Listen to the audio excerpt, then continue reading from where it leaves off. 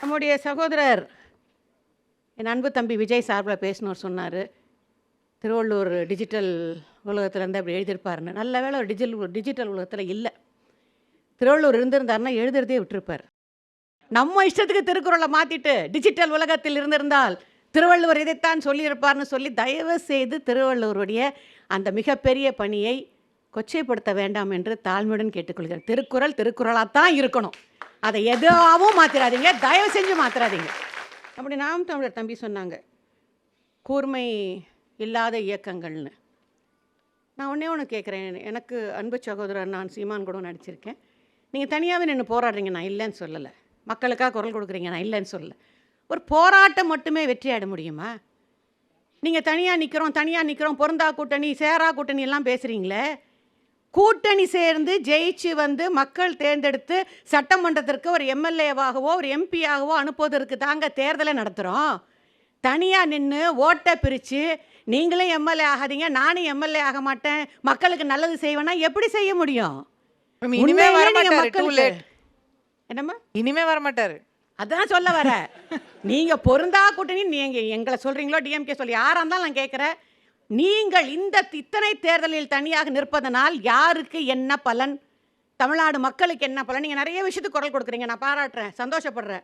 வெறுமனே உட்காந்து தெருவில் பேசுவதனாலும் மேடையில் பேசுவதனாலும் நம்ம எதையும் சாதிக்க போகிறது இல்லை. நம் கொள்கை மக்களுக்கு நல்லது செய்யணும்னா அதை மக்கள் வழியில் சென்று மக்களால் தேர்ந்தெடுக்கப்பட்டு மக்கள் பிரதிநிதியாக செய்ய வேண்டும் என்பதுதான் என்னுடைய முதல் கருத்து. அதன் பிறகு ஏன்னா முதல்ல பெல் அடிச்சிட்டாங்க அசோகா, ஆகவே நான் ரொம்ப அட்வான்டேஜ் எடுத்துக்கூடாது. இந்த அட்வான்டேஜுக்கு இன்னும் நிறைய விளக்கம் இருக்குது. சகோதரர் விஜய் அவர்கள் இப்போ சமீப காலமாக அவரும் அவரை சேர்ந்தவர்களும் சரி, நானும் டிவிலையும் பார்க்குறேன், மேடையிலையும் பார்க்குறேன். 30 வருடமாக உழைத்தவன் நான்.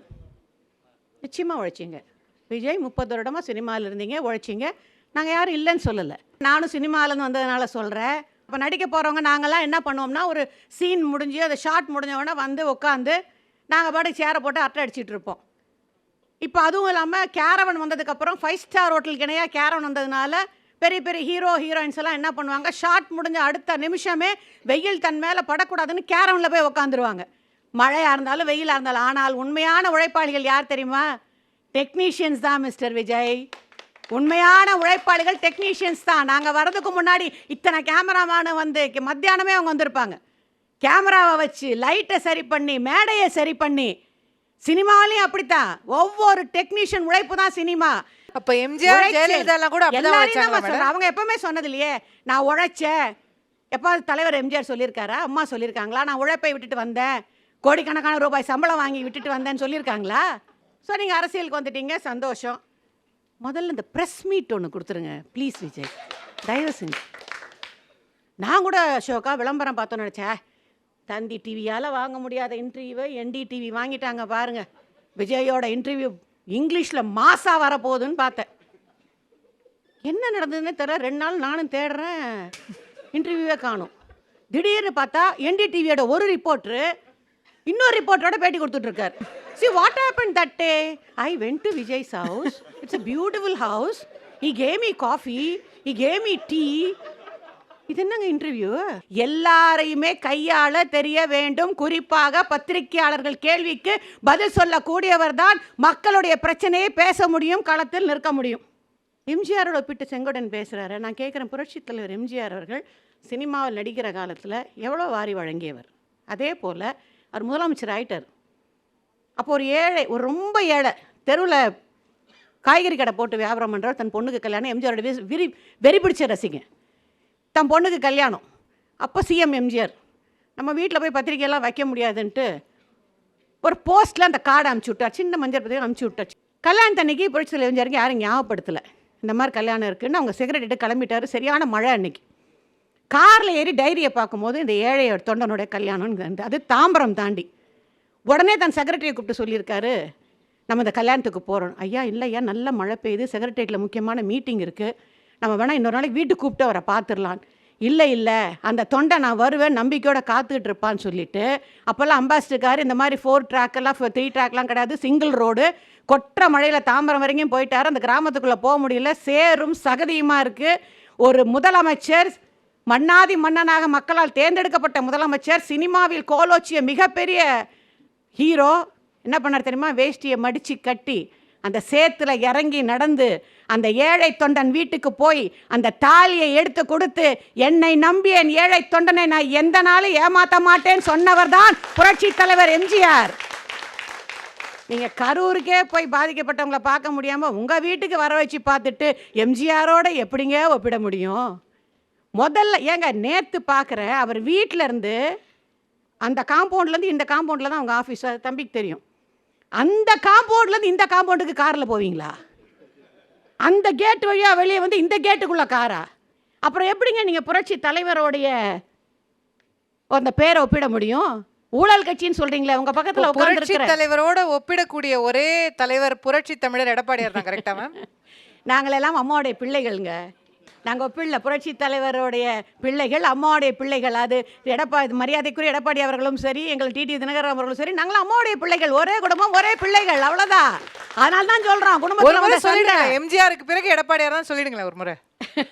இந்த வீடியோ கட் பண்ணி அவருக்கு அனுப்பிடுவாங்க. இல்லை இல்லை, அவருக்கே தெரியும். அவரே என்ன சொல்லுவார்னா, எம்ஜிஆரோட ஆட்சி வரணும்னு தான் மரியாதைக்குரிய எடப்பாடியார் இப்போ சொல்லிட்டு இருக்கு. அதைத்தாங்க நாங்களும் சொல்கிறோம். இப்போ புகழேந்தி பார்சல் அமைச்சாராமே, அவர் கேட்டார். இல்லை இல்லை, அதுதான் அதைத்தான் சொல்ல வரேன். தம்பி பார்த்திபன் ரொம்ப ஒரு வார்த்தை கேட்டார், தூக்கு கயிறு ரெடியாக இருக்கான்னு. ஏங்க அந்த வைகோன்னு ஒருத்தர் இருந்தார் தெரியுங்களா, இருக்காருல்ல இப்போ உங்க கூட? அப்படி ஒரு பேச்சை என் வாழ்க்கையில் நான் அசந்து போய் தான் அந்த கட்சியில் முதல்ல சேர்ந்தேன். சே, மரியாதைக்குரிய கலைஞர் இப்படியெல்லாம் திட்டுறதுக்கு நாட்டில் ஆள் இருக்கா? புரட்சி தலைவர் எம்ஜிஆர் பேசுனதில்லை, அம்மா கூட அப்படி பேசுனதில்லை. என்ன பேசுவார்? நாங்களாவது தூக்கு கயிறு தாங்க சொன்னோம். அவர் சொன்னதெல்லாம் சொன்னால் 1 மணி நேரம் கூட பத்தாது. அதன் பிறகு இந்த செந்தில் பாலாஜின்னு ஒருத்தர் எங்கள் கூட இருந்தார். அவரை பற்றி மாண்புமிகு முதலமைச்சர் கரூரில் போய் சொன்னார். இங்கே செந்தில் பாலாஜின்னு ஒருத்தர் சுற்றிட்டு இருக்காரு, ஊழலுக்கு வித்திட்டவர் அவர் தான். திராவிட முன்னேற்ற கழக ஆட்சிக்கு அந்த அடுத்த நிமிஷம் நாங்கள் அவரை பிடித்து ஜெயிலில் வைப்பது தான் எங்களுடைய முதல் கடமை என்று சொன்னவர் இன்றைக்கு தியாகியாக அவரை போய் ஜெயில் வாசலில் மாண்புமிகு முதலமைச்சரே வரவேற்கிறாரு. அதை விட வாங்க தூக்கு கயிறில் தொங்குறோன்னு சொன்னது பெரிய கஷ்டமாக போச்சு. சொல்லுங்கள் என் தம்பி அவர்களே. நாங்கள் இத்தனை தேர்தலில் ஜெயிச்சோன்னு என் தம்பி பரந்தாமன் பட்டியல் போட்டார். சந்தோஷம், கூட்டணியில் ஜெயிச்சோன்னார். ஆனால் எங்கள் அம்மாவுக்கு அதிமுகவுக்கு ஒரு வரலாறு உண்டுங்க. எந்த கூட்டணியும் இல்லாமல் 2014லும் 2016லும் தனியாக நின்று ஜெயித்த வரலாறு எங்கள் அதிமுகவுக்கு உண்டு. கூட்டணி இல்லாமல் ஜெயிக்கவும் செய்வோம், கூட்டணியுடன் ஜெயிக்கவும் செய்வோம். முடிக்கும் முன் நாம் தமிழர் கட்சி தம்பிக்கு சொல்லிக்கிறேன் சொன்னார், எங்களுக்கு எம்எல்ஏ தேவையில்லைங்க. நான் அப்புறம் ஏங்க எம்எல்ஏ எலெக்ஷனில் நிற்கிறீங்க? 234 தொகுதியில் எதுக்கு கேண்டிடேட்டை தேடுறீங்க? ஆசை இருக்குது, ஆனால் நிறைவேற்ற முடியல. இன்றைக்கு பொறுத்த வரைக்கும் கூட்டணி என்பதில் யாருக்கு அட்வான்டேஜ்னா, கண்டிப்பாக என்டிஏ கூட்டணியில் அனைத்து இந்திய அண்ணா திராவிட முன்னேற்ற கழகம் தலைமையில் இங்கே நடைபெற தேர்தலில் தமிழக மக்களுக்கு அட்வான்டேஜாக அந்த தேர்தல் இருக்கும்.